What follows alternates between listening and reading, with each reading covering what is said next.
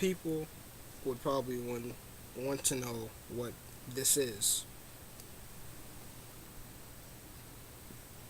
It clearly says that right here. This is pretty much a summary of the terms of the NBA lockout. What's up, YouTube? So pretty much this video is going to be about addressing the lockout and trying to sum up who's some winners and maybe some losers of the lockout. So to start off, looking through this thing I printed out via Sports Illustrated, that send it to NBA.com or put the link up. One of the things that was interesting to me was how it. Well, obviously people know it's a 50-50 split. That was one of the main agreements, disagreements. I don't know what to call it, but that's one of the main terms. Sorry, it's one of the main terms of the deal. The owners wanted a 50-50 split, but the players, it says right here, the players are gonna receive a greater share of BRI. Now, BRI is basketball related income, which means they're gonna pretty much get a greater amount of money, and that's when the 51-49% difference goes into hand. The players are always gonna make more because they perform. People go to see the players, like Kenny Smith said. People don't go to see the owners. If they did, then that would be a problem. Maybe the owners should start playing games then instead of the players, and maybe they should swap roles and see what happens.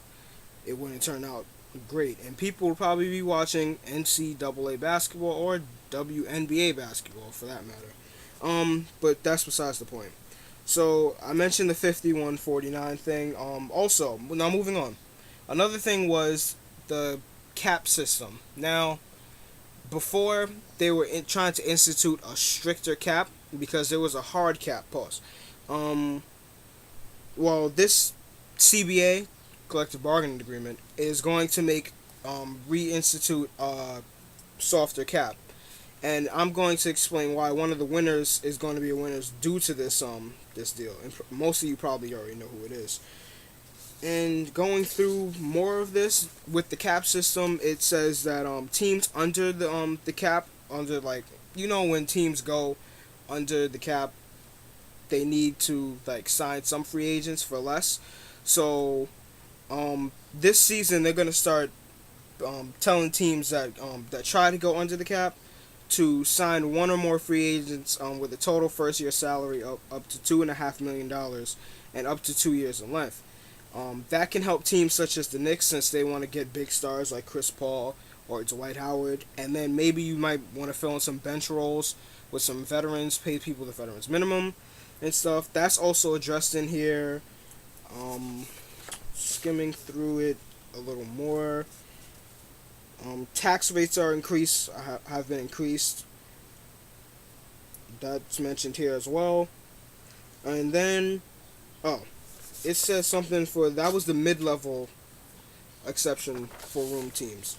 But any of these teams that use that, when they acquire a free agent in a sign-in trade, they cannot have a team salary exceeding $4 million above the tax level.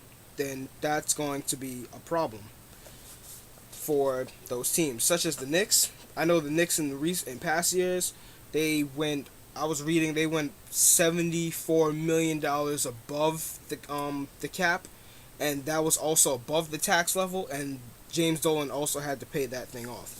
So, continuing, this year they also increased the maximum length of contracts. So the maximum length this year for bird players, which is veterans, is 5 years, and 4 years for other free agents.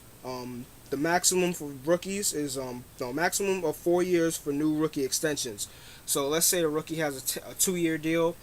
They can get a contract extension for a maximum of 4 more years. It cannot exceed 4 years.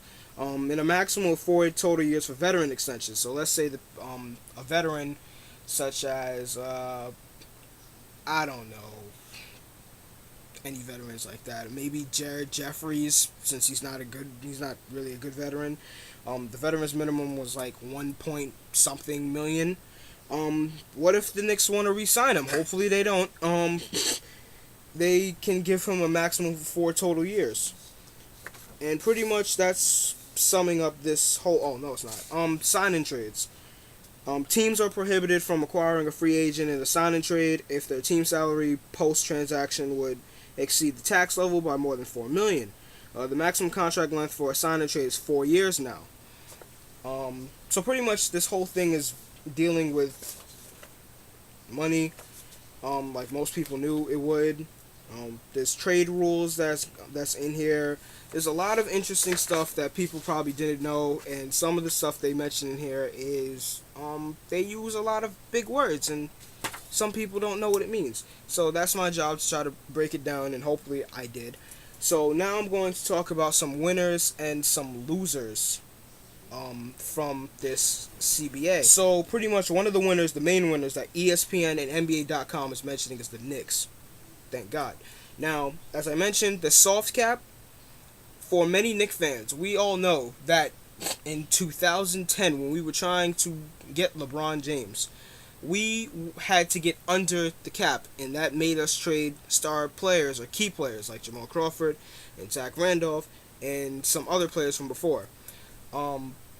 As soon as Donnie Walsh came in, pretty much the Knicks were over the cap, and as soon as he came in, he made them get under the cap so we could sign a free agent like Amari Stoudemire, Raymond Felton, who was traded later, and we got Melo anyway from that man. So thank you to Donnie Walsh, like I said in my previous video in the summer. But the soft cap is going to help the Knicks a lot because they're really looking to get another star.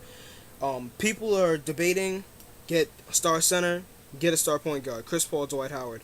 In my opinion, I think they should get Dwight Howard, and everyone knows he's the best center in the league. Star center and the best center in the league, he's going to attract more money. And the soft cap will help the Knicks with this. A stricter cap the Knicks would have only had a big two, pretty much, besides Billups. I guess you can call it a big three. But with this soft cap, the Knicks actually have a chance of having a big three now. And a loser that ESPN mentioned was the Lakers. I don't really know why they mentioned them. Something with Jerry Buss and something with his management or something like that. I was thinking maybe because I would consider them a winner because this whole NBA lockout. Kobe Bryant has been able to rest. He still has a broken finger. He had an injured neck throughout the playoffs. Injured knee. He got knee surgery on it. He's pretty much been working out this whole entire summer in pretty much from when he was eliminated by the world champion Dallas Mavericks. And Kobe's been able to rest, so maybe people might want to try to watch out, especially since his first game was on Christmas. And pretty much that sums up this whole lockout situation. I know in October I made a video saying that the lockout was almost over in October, but it pretty much took them a month.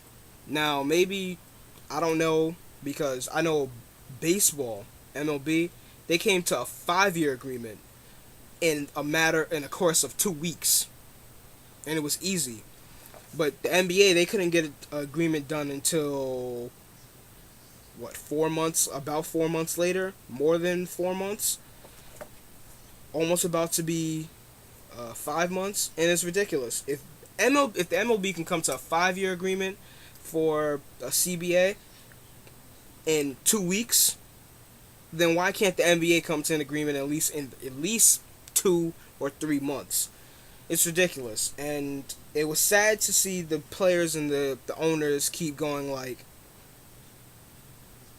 that. I hated to hear it, and sometimes it was threatening that there was going to be no NBA season. So I'm glad Black Friday helped them, and this deal is a tentative deal. Remember that it's a tentative deal, and the players are expected to agree, and obviously the owners are expected to agree, since the Commissioner Stern and the Deputy Commissioner is going to recommend it by a conference call, maybe this week, and then we will officially have an NBA season starting on December 25th. And if you didn't know, this season's going to be 66 games. So pretty much that's it. Christmas Day starts it. The first game is my Knicks against Boston. Hopefully the Knicks win. I'm not too sure about that. I want to see Melo and Amari.